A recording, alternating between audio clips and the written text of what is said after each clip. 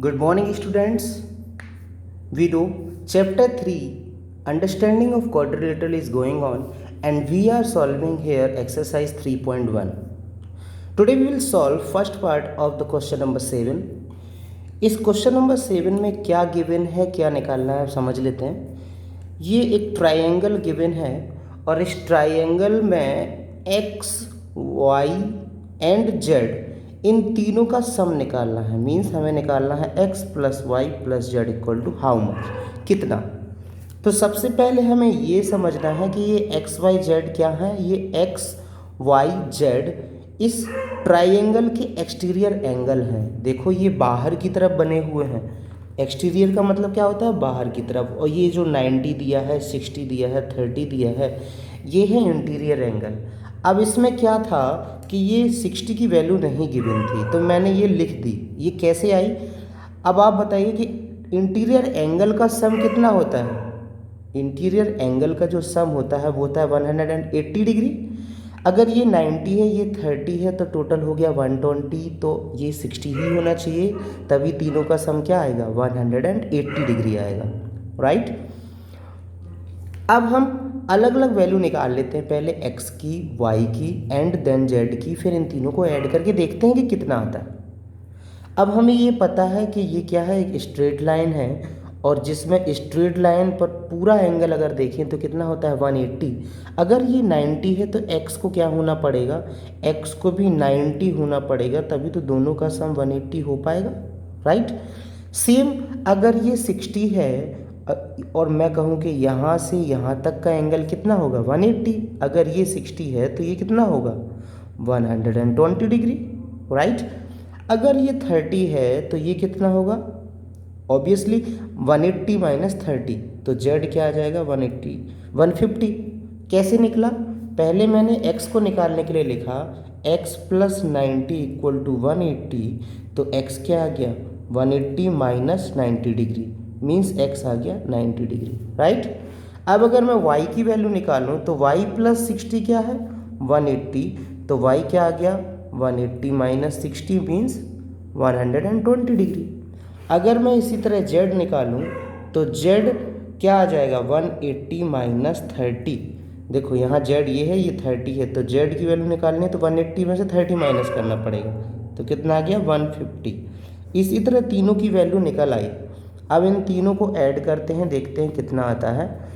अगर x की value मैं रख दूं यहाँ 90 प्लस y की वैल्यू मैं रख दूं 120, और अगर मैं z की रख दूं 150, तो तीनों को ऐड करने पे कितना आया, 360 डिग्री. राइट. मतलब एक्सटीरियर एंगल का सम कितना आया तीनों का, 360 डिग्री. अब बढ़ते हैं 7 के सेकंड पार्ट पे. ये है 7th का बी पार्ट, और इसमें ये दिया है. अब देखिए यहाँ पे मैंने 100 लिख दिया, एक्चुअल में क्वेश्चन में 100 नहीं दिया, पर ये 100 आया कैसे, पहले मैं ये बता देता हूँ. ये 60 है, ये 80 है, ये 120 है. तीनों का सम और इसको मिला दिया जाए तो चारों का सम, क्वाड्रिलेटरल में सम ऑफ एंगल प्रॉपर्टी क्या है कि चारों का सम क्या होता है, 360 होता है. तो अगर ये 60 है, ये 80 है और ये 120 है, इन तीनों को ऐड करो कितना आता है, 260. 260 तीनों, इन तीन का सम है, तो इसको 100 होना पड़ेगा, 100 होना पड़ेगा, तभी तो चारों का 360 होगा. 260 प्लस 100 इक्वल टू 360. अब हम निकाल लेंगे x. x कैसे निकालोगे, ये यहाँ से लेके यहाँ तक कितना है, 180. अगर ये 120 तो ये कितना हो जाएगा, 60. अगर ये 80 है तो ये कितना होना चाहिए, आई थिंक 100, तभी तो दोनों का सम 180 होगा. ये 60 है तो z भी कितना होना चाहिए, 120. इसी तरह w की वैल्यू भी आप निकाल लोगे 80. फिर इसके बाद इन चारों को ऐड करके आप देखिएगा कि कितना आता है. मीन्स आपको निकालना है x plus Y plus Z plus W equal to कितना. जब आप निकालोगे तो इसकी भी सम क्या आएगा, 360 डिग्री आएगा. इसका मतलब क्या हुआ, क्वाड्रिलेटरल में भी एक्सटीरियर एंगल का सम कितना आया, 360. ट्राइंगल में भी एक्सटीरियर एंगल का सम कितना आया, 360. इसका मतलब पॉलीगन कोई भी हो, चाहे 3 साइड का हो, 4 साइड का हो, 5 साइड का हो, सिक्स साइड का हो, पेंटागन हो, हेक्सागन हो, उनके एक्सटीरियर एंगल का सम कितना होता है 360 डिग्री। तो मैंने एक डायग्राम बनाया, देखो उसको।